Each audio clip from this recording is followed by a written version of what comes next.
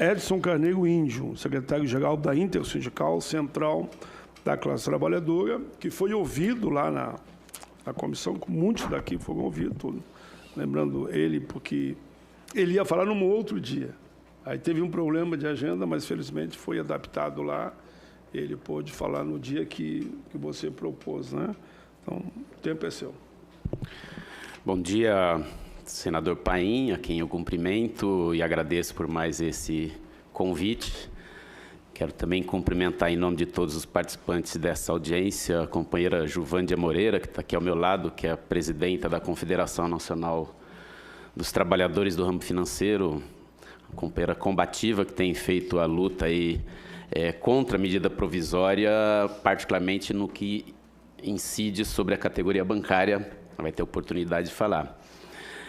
Senador, claro que aqui o objeto é a avaliação do relatório sobre a MP 905, mas nós não podemos deixar de registrar aqui o nosso repúdio a essa ação autoritária do presidente da República, do seu ministro fanfarrão, que está atentando contra as liberdades democráticas, contra a democracia, e mentindo para o povo brasileiro como se a maioria desse Congresso, como se o senhor Rodrigo Maia, como se o senhor Davi Alcolumbre, como se a maioria dos deputados e senadores não estivessem votando a favor de todas as medidas econômicas que desmontam o Estado, que destrói os direitos sociais e que, portanto, esse Congresso Nacional em nada atrapalha esse governo. O que ele quer, na verdade, é disfarçar a opinião pública para o fracasso do seu governo, para o fracasso da paralisia econômica, da desindustrialização, da paralisia que afeta tanto o nosso povo. Então, é um absurdo a gente chegar nessa altura do campeonato, ter de ir às ruas para defender o mínimo de liberdades democráticas que ainda resistem nesse país tão atacado, da nossa Constituição tão atacada. Portanto, nós aqui nos somamos aos setores democráticos do nosso país para barrar essa ofensiva autoritária, fascista, que está a serviço do capital financeiro, que está a serviço dos bilionários, que está a serviço das grandes empresas. Com todo respeito ao orador que me antecedeu, o senhor Guilherme, que representa aqui os patrões, e que disse que a medida provisória é importante porque traz tranquilidade, segurança jurídica, conforto para as empresas. Mas ela traz intranquilidade, insegurança, desconforto, desgraça para a imensa maioria do povo brasileiro, em particular para os trabalhadores, né? É inadmissível a gente ver o governo usar as cores da bandeira verde e amarela para instalar um regime que acaba com os direitos trabalhistas, que acaba com a segurança e que, mais uma vez, joga o debate sobre a desoneração, que muitos governos já fizeram no passado. Antes, a desoneração tirava dinheiro dos cofres públicos, agora tira diretamente do trabalhador mais pobre, que vai ser contratado até R$ 1.500, o que é um absurdo, né? Eles dizem que a medida provisória, que o contrato verde e amarelo não tira nenhum direito. Não, não tira. Só que a contribuição patronal do Fundo de Garantia, que é de 8% mensal, cai para 2%. Né? A multa do Fundo de Garantia, que o trabalhador recebe no momento da sua demissão, cai de 40% para 20%.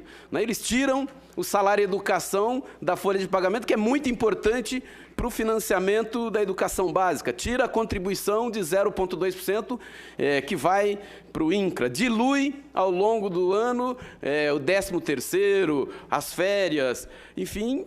E aí, senador, eu estava fazendo uma conta aqui muito simples, né, sem o rigor aqui, mas um trabalhador que vai ser contratado aqui pelos R$ 1.500, que é o... Né, a empresa, ao longo de um ano, teria que recolher de fundo de garantia 1.560. Se esse trabalhador for demitido ao término desse contrato, ele vai receber mais a multa de 40%. Só do fundo de garantia, ele receberia em torno de R$ 2.200, R$ 2.180.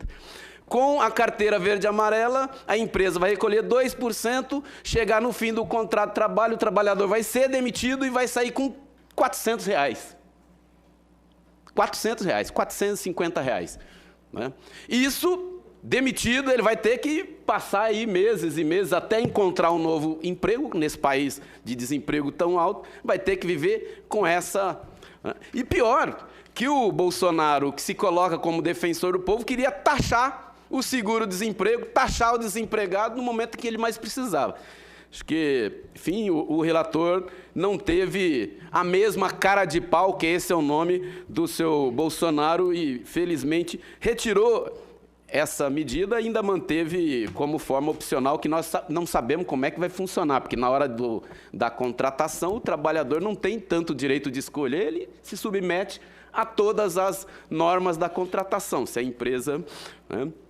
Por outro lado, reduz o adicional de periculosidade de 30% para 20% para trabalhadores, para categorias que trabalham no ramo químico, mineradoras, na segurança, trabalhadores da energia elétrica, enfim, que perde a sua parcela do adicional de periculosidade. Impõe trabalho aos sábados, domingos e feriados, como a gente já disse aqui, senador, na ocasião da reunião da comissão, como se mulheres e homens desse país, a classe trabalhadora desse país, não tivessem mais direito de ficar com seus filhos no domingo, no sábado, no feriado. Não pode mais acompanhar o rendimento escolar dos seus filhos, né? Não pode mais ter direito ao churrasco, ao futebol do final de semana, aos cuidados da família no final de semana. Não, aqui família só para o miliciano. Família só para o chefe da milícia. Família só para o clã Bolsonaro. A classe trabalhadora não tem direito à família, não tem direito a final de semana, não tem direito a nada. Então, é um absurdo. E a gente vem aqui de novo dizer que, enfim, não é aceitável que esse Congresso, que essa casa, que está sendo atacada pelo Bolsonaro, que está sendo atacada pela extrema-direita fascista, reacionária e autoritária, vote uma medida dessa que é do governo. Né? Se a maioria dos senadores e deputados, infelizmente nós não temos a maioria como o senador Paulo Paim, se a maioria dos senadores e deputados tiver um mínimo de hombridade, derrota essa medida, devolve para o governo e garante minimamente os direitos trabalhistas. A medida provisória, senador, ataca diversas categorias, ataca diversas atividades profissionais. A categoria bancária, da qual eu faço parte há 30 anos, a Juvândia vai ter oportunidade aqui de discorrer mais, que é um absurdo, né? Aumentar a jornada de bancário enquanto os banqueiros estão com tufos de dinheiro, né? Um absurdo num país comandado pelos banqueiros. A gente vê uma medida do governo para atacar os bancários, preservando a lucratividade, aumentando a lucratividade dos banqueiros, aumentando a lucratividade, inclusive, em cima da redução de direitos, do aumento de jornada dos trabalhadores. E dizem que é para gerar emprego. A mesma patifaria contada nos últimos anos, né?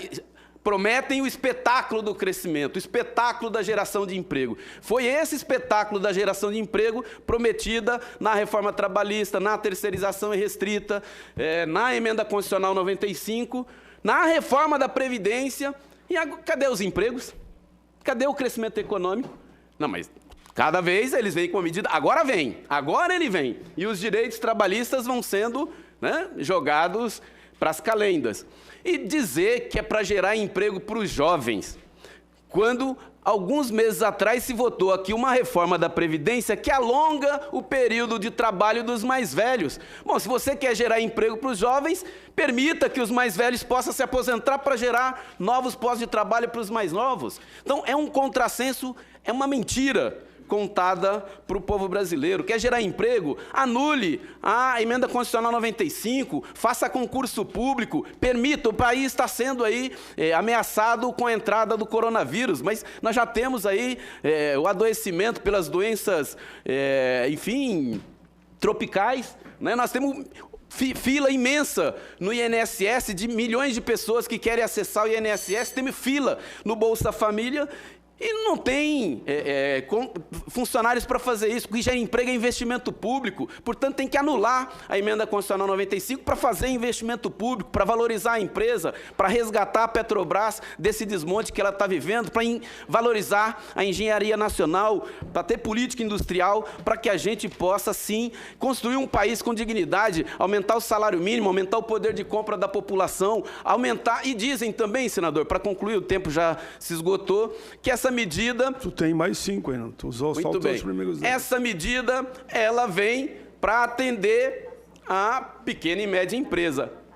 Também não é verdade. Nós sabemos que será o grande capital que vai ganhar com essa medida. Vai ser o capital financeiro, vai ser os rentistas que vivem sugando as riquezas do país. Se quisessem, de fato, né, atender as reivindicações justas da pequena e média empresa, faria uma reforma tributária colocando o dedo na ferida, né, cobrando impostos sobre lucro, dividendos, sobre grandes fortunas, e não vir dizer que vai ajudar a microempresa e quem vai ser penalizado vai ser o trabalhador, a trabalhadora, a mulher, a jovem, o jovem, que ganha até R$ 1.500, que é um absurdo e é inaceitável.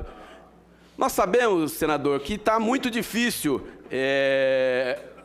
a vida no nosso país, né? Desemprego altíssimo, crescimento da miséria, crescimento da pobreza extrema, milhões de pessoas, milhares de pessoas vivendo nas ruas, o desemprego altíssimo, que parou de aumentar, mas nós vimos aí por que parou de aumentar. Primeiro, que o pesquisador não consegue encontrar, que a pessoa não consegue nem procurar mais emprego.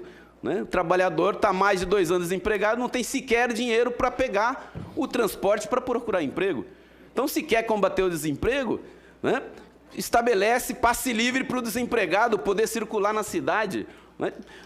Agora, nós achamos que o povo brasileiro, né, a classe trabalhadora, a juventude, vai realizar muitas mobilizações no próximo período, e com isso eu quero concluir. Né? No próximo domingo tem o dia 8 de março, que é Dia Internacional das Mulheres. As mulheres são as mais atacadas por essa política do governo. Então, é muito importante que as mulheres e os homens trabalhadores saiam às ruas para dizer que a gente não aguenta mais esse projeto de desmonte do Estado, de desmonte dos direitos sociais, de enganação do povo brasileiro, dizendo que é um governo nacionalista que usa a bandeira verde e amarela para lascar com o povo brasileiro, para lascar com as mulheres trabalhadoras, para lascar com a juventude, para lascar com os jovens. No dia 8 de março nós vamos às ruas, dia 14 e no dia 18 de março os servidores públicos, os trabalhadores da educação, a juventude, nós vamos fazer um grande dia nacional de luta, paralisação, greve e protesto para defender a democracia que está sendo atacada, e a maioria desse congresso aqui